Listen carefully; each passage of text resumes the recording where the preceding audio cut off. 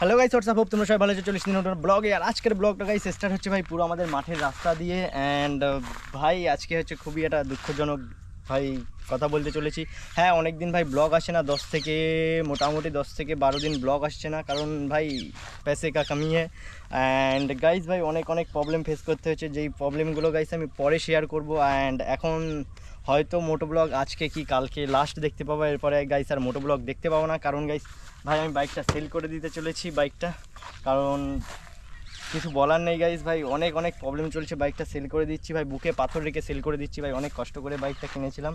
And ভাই এই 2 বছর হচ্ছে বাইকটা, 2 বছর না 2 মাস কম আছে, 2 বছর বয়স হবে তারপরে, বাট করি না গাইস ভাই, নানান প্রবলেমের জন্য বাইকটা সেল করে দিতে হচ্ছে। আর এখানে দেখতে পাচ্ছ গাইস বাইকের অবস্থাও ভালো না। আজকে সকালে বাইক বের করার সময় গাইস বাইকটা আমি ঠেলে স্টার্ট দিয়েছি, কারণ বাইকটা 10-12 দিন বের হয় না, তাই বাইকের হালাত এখন এইরকম। এখানে দেখতে পাচ্ছ গাইস বাইকের ধুলো ভর্তি হয়ে গেছে, বিকজ ভাই এর টায়ারও, পিছনের টায়ার ভাই এখানে শেষ। অ্যান্ড সামনের টায়ারটাও দেখে নাও, সামনের টায়ারটাও শেষ ভাই, এখানে পুরো অ্যান্ড সব খতম। সো এর জন্য বাইকটা ভাই সেল করে দিচ্ছি। মেন কারণ হচ্ছে বাইকের ওপরে এখন ভাই টায়ার দুটো পাল্টাতে হবে, তারপর নানান খরচা, অ্যান্ড বাড়িরও অনেক ভাই প্রবলেম চলছে, ওর জন্য বাইকটা সেল করে দিচ্ছি। না হলে তো ভাই বাইকটা সবসময় আমি চকচকে করেই রাখি। অ্যান্ড ভাই গাইজ ভাই এটা লাস্ট বার না ভাই, যেদিন কালকে কি পরশু আমি হয়তো বাইকটা দিতে যাবো, ঠিক আছে। সো সেই দিনকে ভাই লাস্ট আমি রাইড করব, আজকে রাইড না, আজকে জাস্ট তোমাদেরকে ভাই বলে দিচ্ছি আমি কি বাইকটার এই অবস্থা। অ্যান্ড বাইকটার ভাই সাউন্ডটা তোমরা শুনে নাও, পরে শুনতে পাবা কি পাবো না তার ঠিক গাইজ। তো এখানে সাউন্ডটা শুনে নাও, কেমন লাগছে সাউন্ডটা ভাই, লাস্ট সাউন্ড গাইজ।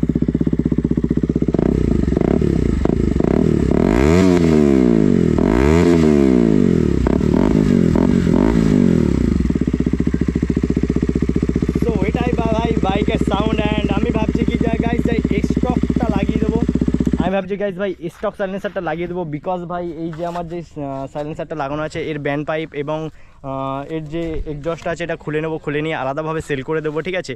সো এটাকে ভাই পুরো এই অবস্থায় বিক্রি করে দেবো, কারণ টায়ার ফায়ার চেঞ্জ করবো না, শুধু রিং কভারটা খুলে দেবো, কারণ ভাই রিং কভারটা নানান এফেক্ট পড়ে।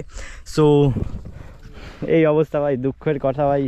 সো তোমরাই বলো ভাই, আর ইউটিউব কন্টিনিউ করবো কি করবো না তারও নেই ঠিক, সেটা বুঝতে পারছি না ভাই। যদি ইউটিউব কন্টিনিউ করি ভাই, নর্মালি লাইফস্টাইল ব্লগ ভাই করতে পারি। অ্যান্ড যদি খুবই ভাই প্রেশার আসে অন্য কোনো বন্ধুর বাইক বা ভাই টিভিএস ভিক্টরটা নিয়ে যখন মাঝে সাঝে ভিডিও বানাতাম, সেই রকম ভিডিও বানাবো, এছাড়া তো কোনো আর উপায় নেই গাইস।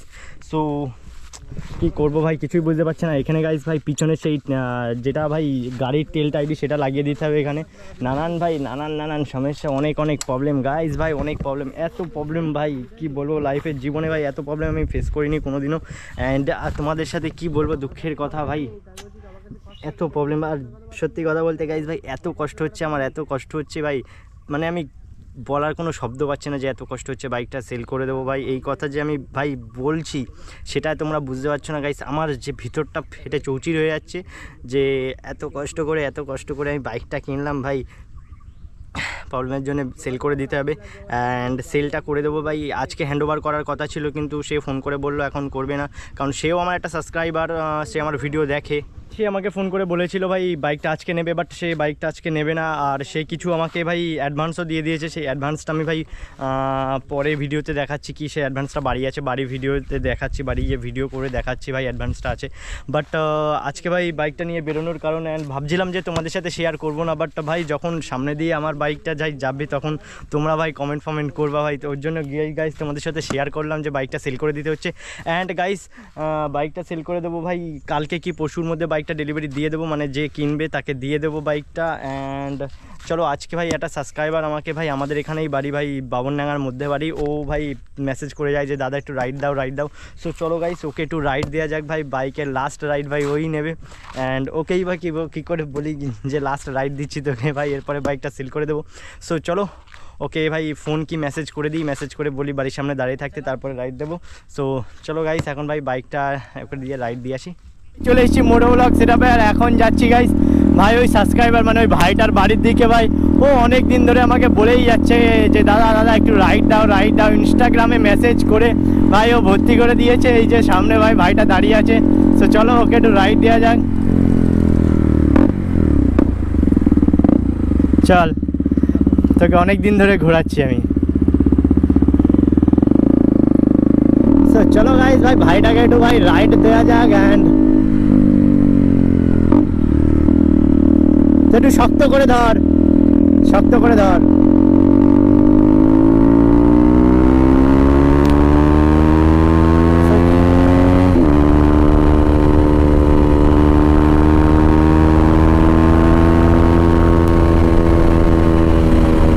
আমি 12 দিন পর বাইকটা হাতে পেয়েছি, মানে হাতে পেয়েছি না, আমার কাছেই ছিল ভাই, শুধু ভাই চালাই না আমি, কারণ ভাই আগে আমি সব কিছু বলেই দিয়েছি ভাই যে বাইক কেন চালাচ্ছি না, কি প্রবলেম ভাই, কি বৃত্তান্ত সব কিছু।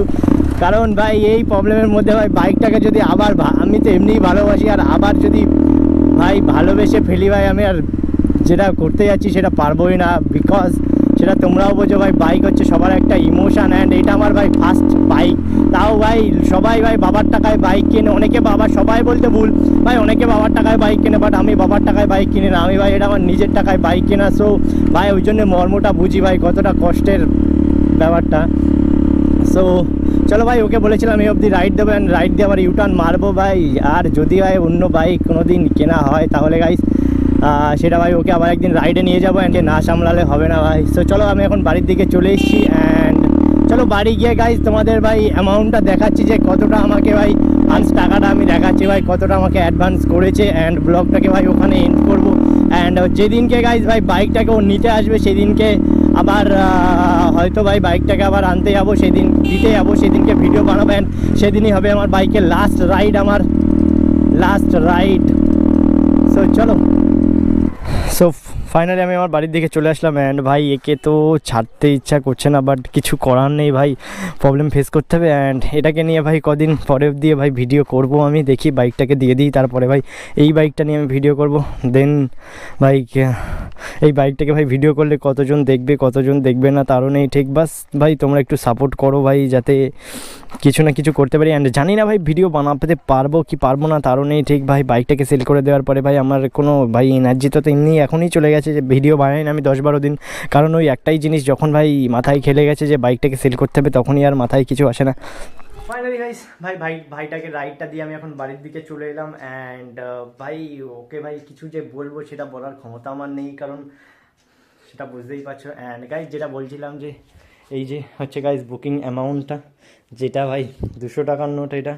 অ্যান্ড ভাই টাকাগুলো নিয়ে ভাই আমি বাইরে যাইনি, অ্যান্ড বাইরে গিয়ে দেখাইনি, বিকজ গাইস টাকা দেখাতে নেই কাউকে। সো ভাই তাও আমি দেখিয়ে দিচ্ছি এখানে কত টাকা আছে, তোমরা কমেন্ট করে বলে দিও। সো চলো গাইজ ভাই আজকের ব্লগটা এখানেই শেষ করছি, অ্যান্ড পরে ব্লগ বানাতে পারবো কি পারবো না সেটাও জানি না, বাট চলো ভাই তোমরা সাপোর্ট করো একটু, যদি লাইফস্টাইল ব্লগও বানাতে পারি, বাস তোমরা সাপোর্ট করো একটু, জানাও ভাই পরে ভাই আর একটা বাইক কিনে ভাই ভিডিও বানাতে পারি।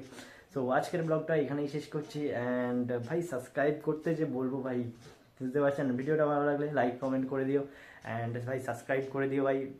কিছু বলার নেই ভাই, বলার তাই বললাম, কারণ পরে ভিডিও বানাবো কি বানাবো না তারও নেই ঠিক। সো ভাই আমি তো খুব কষ্টের মধ্যে, ছাড়াও বাদ দাও। তো সস রো মাছ রো খাতে পিতে রো প্যার পাশে, tata bye bye, take care guys.